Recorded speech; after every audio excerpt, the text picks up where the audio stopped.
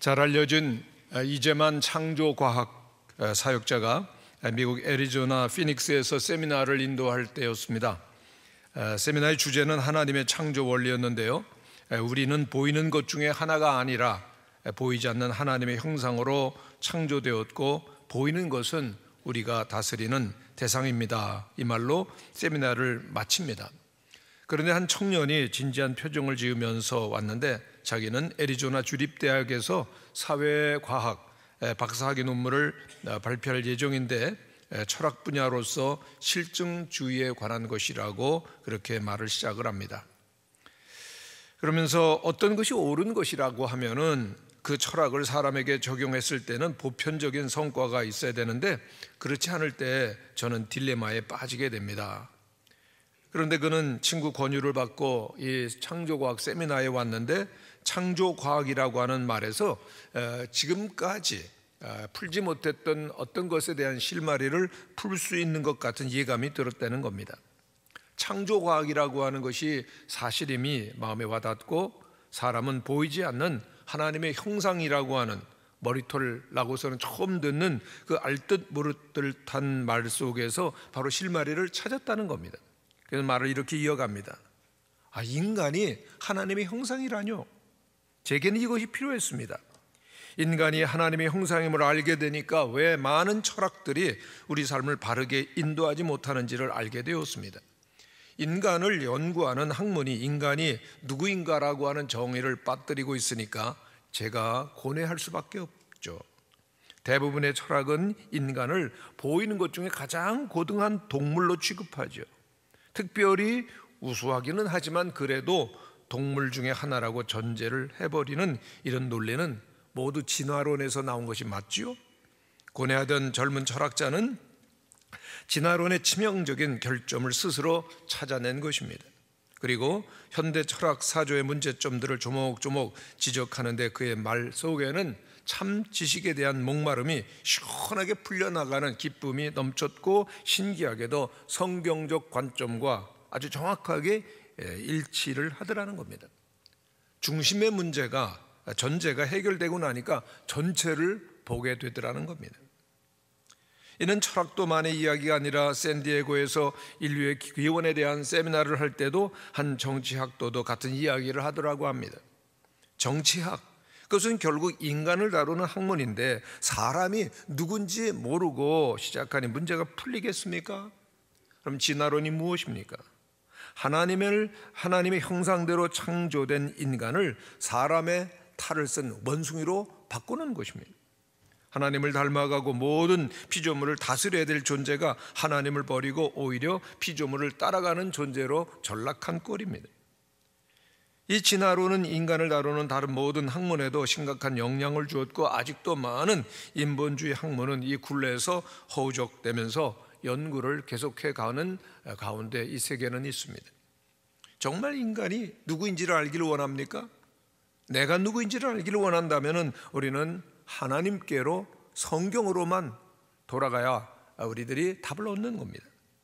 창세기 1장 1절에서부터 2장 3절까지의 말씀의 주제는 창조입니다.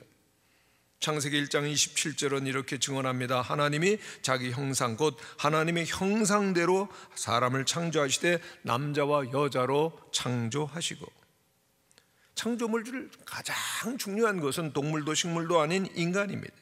하나님은 인간을 아주 귀중하게 생각하시죠.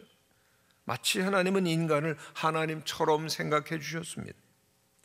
인간은 하나님의 형상을 담도록 설계된 존재라고 하는 것이죠. 그런데 이 형상이라고 하는 말은 육체적인 겉으로 보이는 것이 아닙니다. 하나님이 영이십니다. 사람을 하나님께서 어떻게 구성하셨는지 오늘 본문 2장 7절에 보면은 여호와 하나님이 땅의 흙으로 사람을 지으시고 생기를 그 코에 불어넣으시니 사람이 생명이 되니라 말씀하고 있습니다. 이 말씀은 사람의 창조에 대해서 너무나도 명확한 말씀해 주시고 있지 않습니까? 하나님은 물론 우리를 흙으로 만드셨어요. 그러나 하나님이 생기를 불어넣으시니 사람은 생명이 되었다라고 하는 것입니다. 얼마나 명쾌한 설명입니까? 이 말씀에는 진화가 들어갈 여지가 없는 겁니다. 진화론자들이 주장하는 것처럼 원숭이가 진화해서 사람이 되었습니까? 아닙니다. 원숭이와 사람 사이에는 그 어떤 중간 단계의 존재도 없었습니다. 오직 하나님은 인간을 흙으로 지으시고, 그래서 우리는 티끌과 같은 존재요, 진흙에 불과할 뿐인데, 그런데 하나님께서는 하나님의 생기를 우리에게 불어넣어 주셔서 다른 동물과는 구별되는 존귀한 존재로 만드신 것입니다. 할렐루야. 창조주 하나님께서 우리에게 베푸신 그 놀라운 은혜를 생각하면서 우리 늘 감사함으로, 그리고 하나님을, 우리를 지으신 하나님을 기쁘시게 해드리는 삶을 살아야 되는 것입니다. 하나님이 영으로 우리를 지으셨다라고 하는 것, 생기를 우리에게 불어넣으셨다라고 하는 것은 우리가 하나님처럼 의롭고 참되고 거룩한 인격적인, 도덕적인, 즉 영적인 존재로 만드셨다는 겁니다. 성도 여러분, 여러분에게 영이 있습니다. 영혼이 있습니다. 그렇기 때문에 존귀한 것입니다. 여러분 한번 따라 하시기를 바랍니다. 나는 존귀합니다. 육체를 가지고 있기 때문이 아니라 영혼이 있기 때문입니다. 그렇기 때문에 늘 하나님의 말씀으로 우리의 영혼이 얼마나 소중하고 거룩한지를 깨닫고 사는 것입니다. 잠언 15장 32절에 보면은 훈계받기를 싫어하는 자는 자기의 영혼을 경히 여김이라 그랬습니다. 온 천하를 얻고도 우리의 영혼을 우리들이 잃어버리면은 그는 영원히 멸망받는 겁니다. 왜? 흙에서 흙으로 가는 것이기 때문이죠. 우리의 영혼이 하나님께로부터 왔다는 사실을 기억하시고 영혼을 주신 하나님 앞에 살며 하나님께 영광을 올려드려야 되는 것입니다. 보통 심리학자들은 부모가 자녀를 사랑하는 이유를 두 가지로 설명하는데요. 첫째는 자기 존재의 확인입니다. 야, 어쩌면 넌 날 그렇게 빼닮았냐? 자기 분신으로 여기는 거죠. 그래서 사랑하는 거입니다. 두 번째는 욕망의 투사입니다. 부모 자신이 못다 이룬 꿈을 자녀를 통해서 이루기를 기대하는 거죠. 그래서 부모가 제일 행복할 때가 언제입니까? 부모의 꿈을 자녀가 성취했을 때이죠. 부모의 기쁨은 그 부모가 기대하는 것 이상으로 자녀들이 아름다운 삶을 살 때 찾아오는 것입니다. 자신을 닮은 자녀들이 자신보다 더 나은 삶을 살 때 부모는 보람을 느끼고 기뻐하는 것입니다. 하나님도 마찬가지십니다. 피조물인 인간이 하나님의 꿈을 따라서, 하나님의 계획을 따라서 살아가는 모습을 보실 때, 야, 참 좋다, 넌 과연 나를 닮았구나 라고 기뻐하실 줄로 믿습니다. 성도 여러분, 우리는 흙으로 만들어졌습니다. 흙이라고 하는 말의 히브리어 뜻은 먼지, 티끌, 바로 그겁니다. 다시 우리 인간의 본질과 속성이 뭐냐? 먼지, 티끌로 만들어졌다, 흙으로 창조되었고 흙을 경작해야 되고 흙으로 돌아가는 존재라고 하는 것이죠. 우리가 흙으로 만들어졌다라고 하는 것은 땅과 우리가 밀접한 관계가 있는 존재요, 마지막에는 흙으로 돌아가는, 티끌로 돌아가는 존재가 우리 인간이라는 겁니다. 우리 인간의 근원이 비천하다라고 하는 겁니다. 그렇기 때문에 우리는 당연히 하나님 앞에서 겸손해야 할 것입니다. 하나님, 저는 흙입니다. 하나님, 저는 티끌입니다. 교만은 넘어짐의 앞잡이라고 했습니다. 하나님은 교만한 자를 물리치시고 겸손한 자에게 은혜를 베푸신다는 사실을 우리는 잊지 말아야 됩니다. 흙으로 만들어진 연약한 존재임을 알아야 됩니다. 질그릇같이 부서지고, 그리고 이그러지는 것, 우리 인간입니다. 우리가 먼지라고 하는 것을 좀 알라고 늘 말씀하시죠. 시편 103편에 보면은 이는 그가 우리의 체질을 아시며 우리가 단지 먼지일 뿐임을 기억하심이로다. 이전 성경, 개역 성경에 보면은 진토라고 되어 있어요. 우리는 흙이다, 진흙이다, 먼지다. 그렇기 때문에 겸손한 것입니다. 겸손할 때 하나님의 은혜를 받습니다. 그런데 동시에 하나님께서는 흙으로진 우리 인간에게 하나님의 생기를 불어넣어 주셨습니다. 이것은 우리가 동시에 얼마나 존엄한가를 보여주는 것입니다. 우리는 흙에서 와서 흙으로 돌아가지만 동시에 우리의 영혼은 하나님께로부터 와서, 그리고 하나님께 속해 있고 하나님께로 돌아가는 존재입니다. 오늘날은 과학이 무척 발달한 시대이지만은 우리가 그리스도인이라고 하는 것은 이 모든 자연과 우주의 신비와 모든 움직임은 오직 자연을 창조하시고 지키시는 하나님께 있다라고 고백하는 자라고 하는 것입니다. 여러분 믿습니까? 하나님이 움직이시는 거죠. 그래서 신학자 어거스틴은 자연의 신비를 우리가 모두 알기는 어렵지만은 그래도 이 모든 세상과 우주는 하나님 아버지의 세상임을 고백한다라고 하면서 유명한 고백록에서 그는 이런 질문을 합니다. 내 사랑의 대상은 무엇입니까? 여러분, 뭘 사랑하세요? 대답이 없으신데요. 뭘 사랑하십니까? 어거스틴은 그런 질문을 하면서 이렇게 대답합니다. 내가 땅에게 물으니 나는 하나님이 아니다 대답했습니다. 땅 속에 있는 모든 것들에게 물어봤는데 그것들도 같은 대답을 했습니다. 바다, 태양, 기어다니는 생물에게 물었는데 그것들은 우리는 네 하나님이 아니니 우리보다 높은 것을 보라고 대답했습니다. 나는 산들바람과 공중에 있는 모든 것, 하늘과 해와 달과 별에게 물었습니다. 그것들은 우리는 네가 찾는 하나님이 아니다라고 대답했습니다. 나는 내 외부의 환경에 있는 모든 것에게 너희들은 내 하나님이 아니다.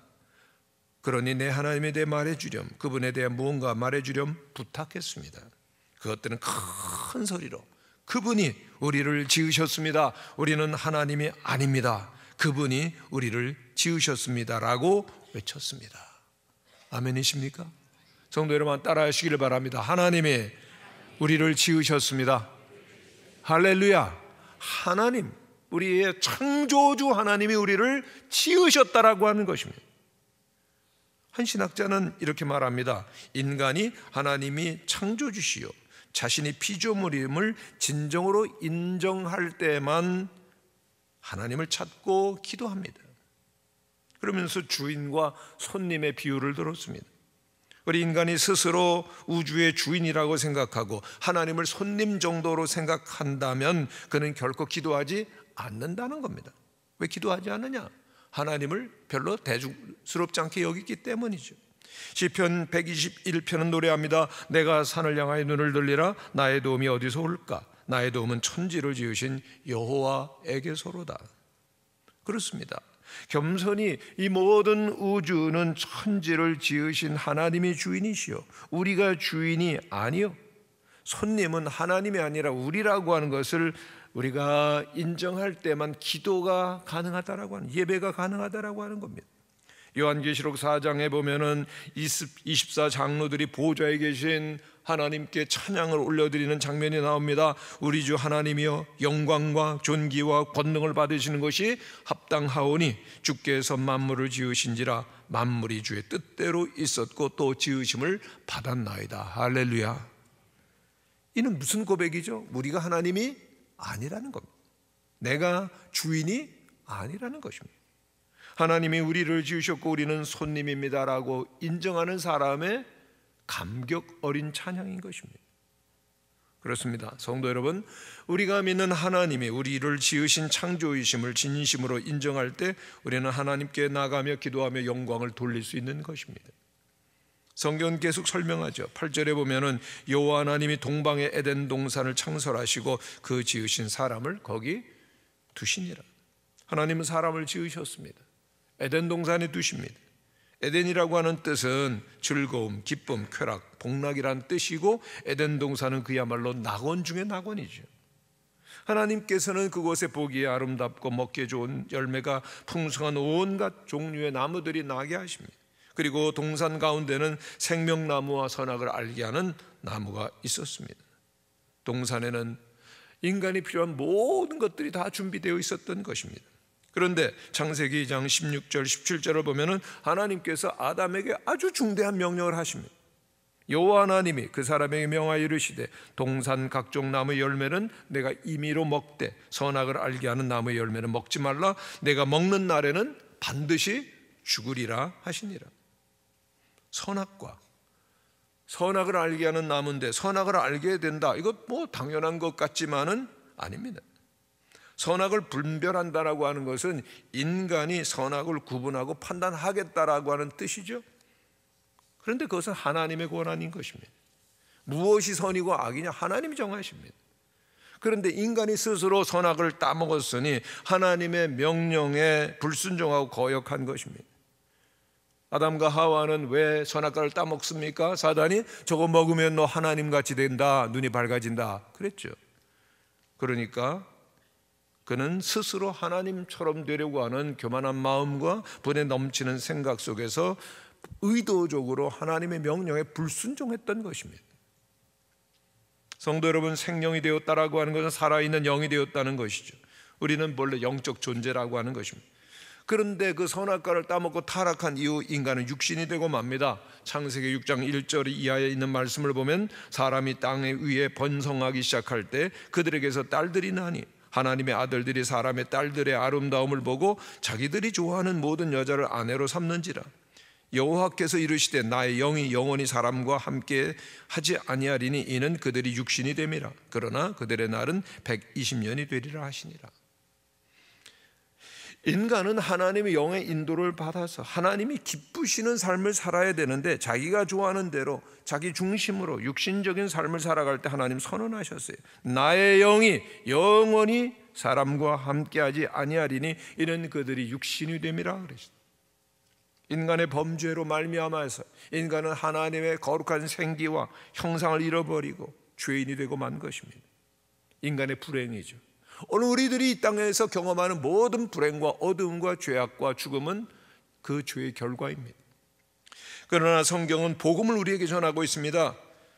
우리들이 하나님의 형상을 잃어버렸는데 하나님의 완벽한 형상을 가지고 이 땅에 오신 하나님의 아들 예수 그리스도를 믿을 때 우리 또한 진정한 하나님의 아들이 되어지고 하나님의 형상이 우리 안에 회복되고 하나님의 생기가 임하기 시작하는 거죠.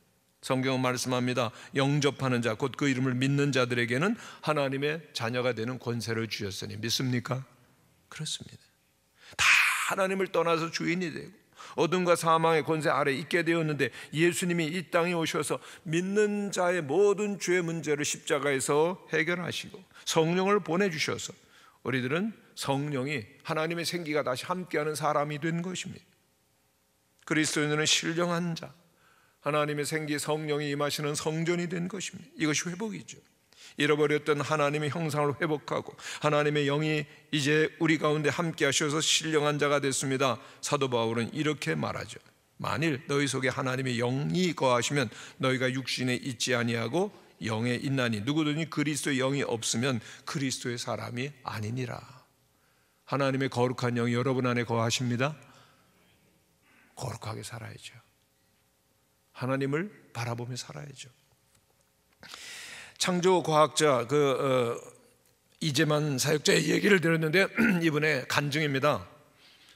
이분이 이제 공부를 하기 위해서 미국으로 유학을 갔는데 유학생활 정말 어렵잖아요. 뭐 언어 문제, 뭐 생활 문제, 학교 문제, 뭐 적응하는 문제, 얼마나 홀로 가기 힘든 그런 거친 길이 바로 유학의 길입니다. 그러니까 어려움이 많으니까 그 기도를 합니다. 근데 문제는 그 마음속에 불신과 의심이 있었다는 겁니다. 여러분 기도하면서도 의심한다는 사실 아십니까? 많은 기도를 합니다만 막 어려우니까 막 기도가 나오는데도요 한쪽 마음에서는 이런 생각이 드는 겁니다. 야, 내가 기도를 하네? 여러분 그런 생각 안 들 때가 있으세요? 와, 내가 기도를 하네? 내가 광신자가 되나 봐. 아, 형편이 어려우니까 기도하네. 내가 만든 내가 필요한 존재에게 나를 위해서 내가 기도하나? 그러면서도 기도하더래요. 참 이상합니다. 악순환입니다. 그러던 가운데 이재만 사역자가 유년주일학교 때는 여기 장충교회를 다녔는데 초등학교 4학년 때 일이 떠오르더랍니다. 주일학교 성경 공부 시간이었는데 주일학교 선생님에게 이재만 어린이가 물었다고 합니다. 선생님, 저는요 가끔 하나님이 없는 것 같아요 그랬어요. 놀라운 아주 이 어린이가 그런 의심의 그런 질문을 했어요. 그때 놀랍게서 선생님이 뭐라 그랬는가 하면요, 얘야 사실 나도 그렇단다. 엉터리 같은 선생님이.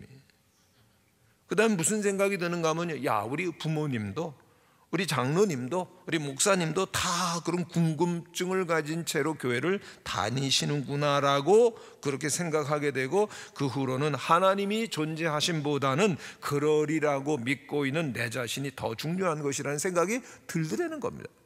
굉장히 생각이 깊었어요.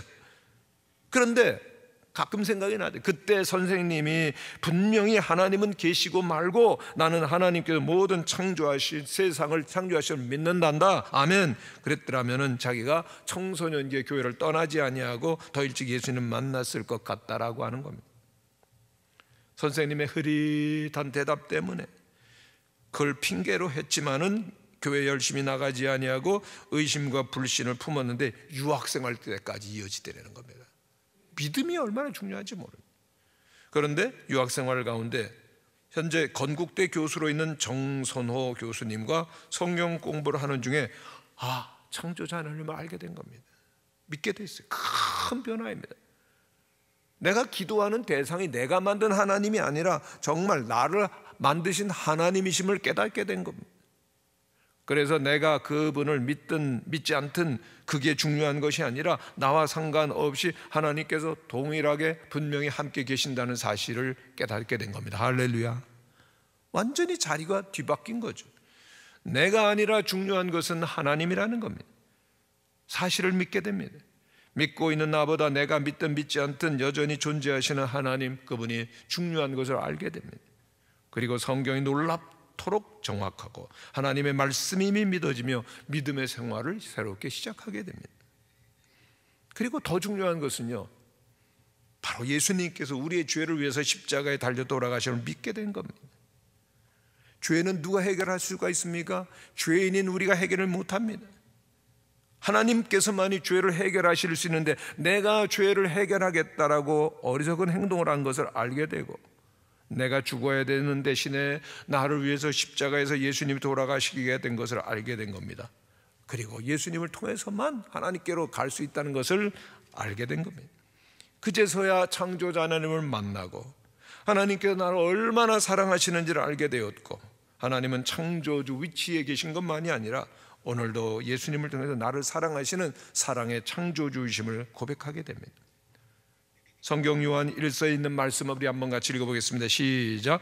하나님의 사랑이 우리에게 이렇게 나타난 바 되었으니 하나님이 자기의 독생자를 세상에 보내심으로 그로 말미암아 우리를 살리려 하심이라. 할렐루야. 그렇구나. 하나님께서 우리를 창조하셨구나. 그 사실을 통해서 우리의 본질을 깨닫는 겁니다. 우리는 하나님의 영으로 창조받았어요. 얼마나 우리가 존귀한 존재인지를. 흙탕에서 머무는 먼지와 같은 존재가 아니로구나. 동물이 아니로구나.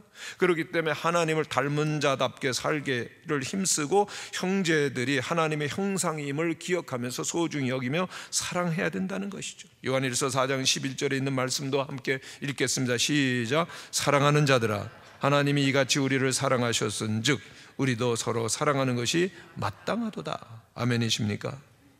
흙이죠. 우리는 육신이 있습니다. 그러나 하나님의 생기가 우리에게 부어졌기 때문에 하나님의 형상으로 지어진 거룩한 존재이기 때문에 우리의 영혼을 위하여 영의 양식인 하나님의 말씀을 따라서 묵상하며 그 뜻대로 살아가는 것입니다. 성도 여러분, 이제 질문을 좀 드리겠습니다. 여러분들에게 육신이 중요합니까? 영혼이 중요합니까? 대답을 안 하시는데요. 눈에 보이는 육신이 중요합니까? 눈에 보이지 않는 영원한 영혼이 중요합니까? 여러분, 겉이 중요합니까? 속이 중요합니까? 그런데 우리 이 세상은요, 거꾸로 살고 있어요. 겉을 치장하려고 막 얼마나 했습니까? 막 처발들고 막 뜯어 고치고, 속은 그냥 두면서 겉만 치장하려고 하는 세계죠. 필립 얀시와 함께 폴 브랜드라고 하는 박사님이 책을 썼는데 나를 창조하신 하나님의 손길이라는 책입니다. 폴 브랜드 박사님은 최고의 실력을 가진 성형외과 의사인데요, 한센병에 걸린 그 어려운 분들을 회복시키는 일에 전생애를 거신 의사이십니다. 누구보다 지혜롭고 총명한 최고의 실력을 가진 의사였지만 지구상에서 가장 낮은 이들, 나병을 앓고 있는 분들을 위해서 대부분의 삶을 바친 겁니다. 정말 예수님을 닮은 분입니다.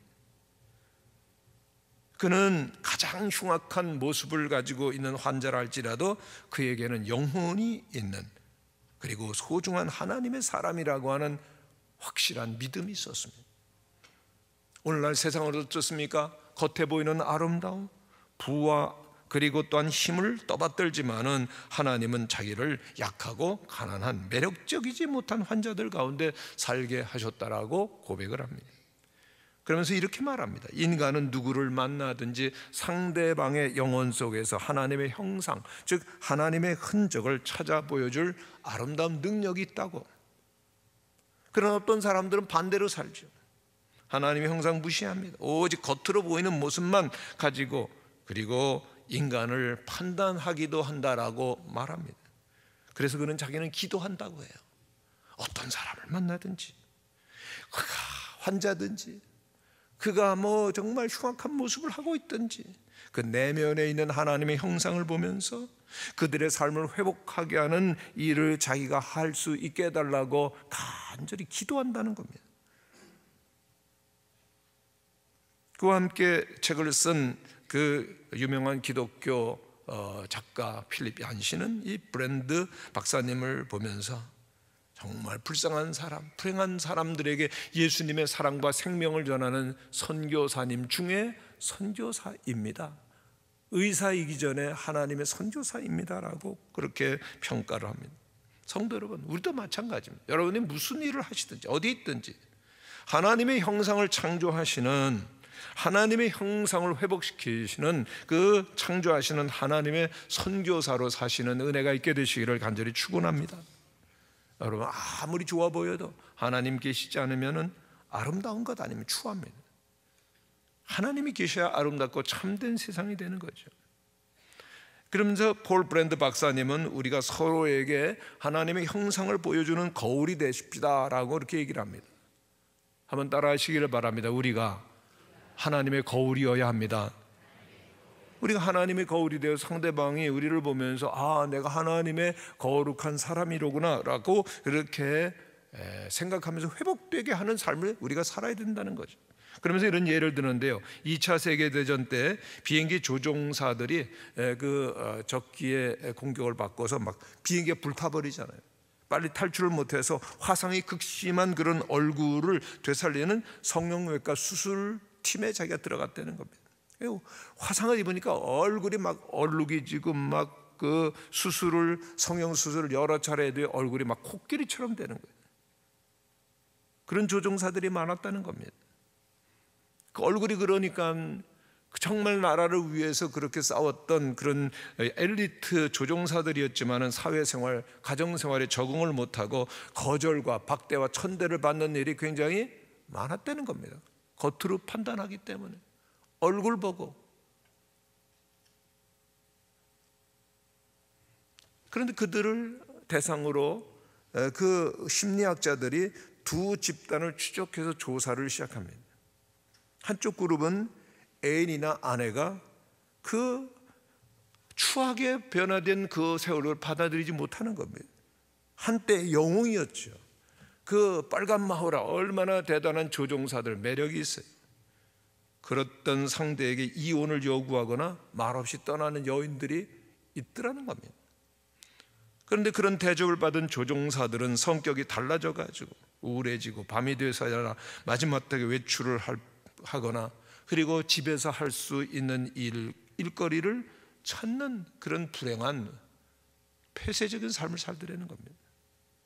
그러나 여자친구나 아내가 끝까지 곁을 지켜주신 경우에는 승승장구를 거듭하더라는 겁니다. 많은 이들이 그 큰 회사의 경영자가 되거나 지역사회 유지가 되는데 그들과 함께 있었던 애인과 그리고 또한 그 아내들, 상대방의 얼굴 껍질이 중요한 것이 아니라 그의 됨됨이 인격을 보면서 사랑할 줄 알았던 애인들은 결혼하고 새로운 행복한 삶을 살더라는 겁니다. 그러면서 그것은 아내가 거울의 노릇을 해 주었기 때문이라는 겁니다. 그들은 지금도 아내를 보면은 아내가 사랑이 가득한 미소를 지으면서 아무 문제 없어요, 괜찮아요, 사랑해요, 그 안에서 하나님의 모습을 보기 때문이라는 거죠. 성도 여러분, 그렇다면요, 우리 모두는 서로에게 다 거울이, 하나님의 거울이 될 수가 있습니다. 인간은 제각기 누구를 만나든지 그들에게서 하나님의 생기가 있음을, 즉 하나님의 형상이 있는 존귀한 존재가 될 수 있도록 하는 하나님의 거울이 될 수가 있어요. 어떻게 해요? 너무 쉽습니다. 웃어주는 겁니다. 이웃에게. 왼수 같은 사람에게 웃어주세요. 왼수가 가까이 있죠? 웃어주세요.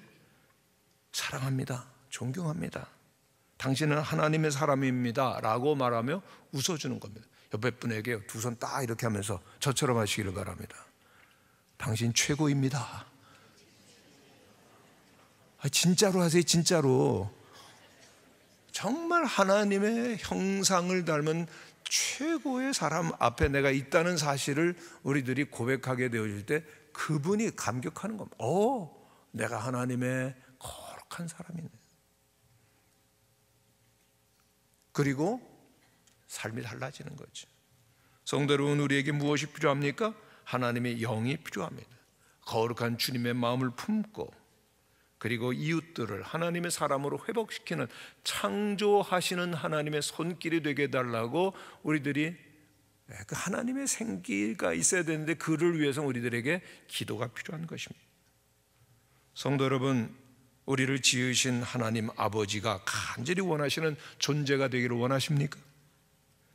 한 영성가가 이렇게 말했습니다. 우리 인간은 점점 더 선해지지 않으면 사람은 점점 더 악해질 뿐입니다. 생각해 보세요. 여러분 점점 선해지고 있습니까? 아니면 악해집니까? 여러분, 악해지는 건 너무 쉬워요. 가만히 있으면 악해지는 겁니다. 인간이 원래 악하기 때문이죠. 우리가 선해지는 길은 딱 한 가지입니다. 하나님께로 더욱더 가까이 가야 됩니다. 하나님이 우리 안에 가득하셔야 됩니다. 그러기 위해서는 우리가 기도해야 되는 겁니다. 하나님은 기도로 우리를 부르시는데 거역해요. 기도하기 싫은데? 하나님을 거부하는 겁니다. 육신적인 자아와 세상을 구하는 것입니다. 성도 여러분, 우리 모학교 성도들은 항상 기도하시며, 그리고 하나님으로 가득하게 되시며 하나님께로 나아가게 되시기를 축원합니다. 여러분, 기도를 제일 싫어하는 존재가 있습니다. 마귀입니다. 마귀. 왜요? 기도야말로 우리가 세상적으로 육신적으로 사는 것을 가장 강력하게 방해하는 것이고, 육적으로 사는 삶에 가장 위협이 되는 것이기 때문에 마귀는 우리로 하여금 기도에 무릎을 꿇지 않도록 하는 겁니다. 그러나 기도를 시작하면 창조하시는 하나님께서 우리에게 또다시 생기를 불어넣으시고 새 일을 행하실 줄로 믿습니다. 여러분, 우리가 소중한 초대를 앞두고서 하셔야 될 일이 있어요. 기도하십니까? 기도 안 하십니까? 왜 안 하세요? 마귀가 우리를 속삭이는 겁니다. 기도에 무릎 꿇을 거 없다. 바쁜데 무슨 기도하느냐? 아닙니다. 하나님께 무릎을 꿇어 기도할 때 하나님의 생기가 우리를 가운데 충만하며 주님의 사랑으로 영혼들을 사랑하고 품고 하나님의 나라를 이루는 새로운 일을 하나님께서 시작하실 줄로 믿습니다. 다 함께 일어나셔서 기도하시겠습니다.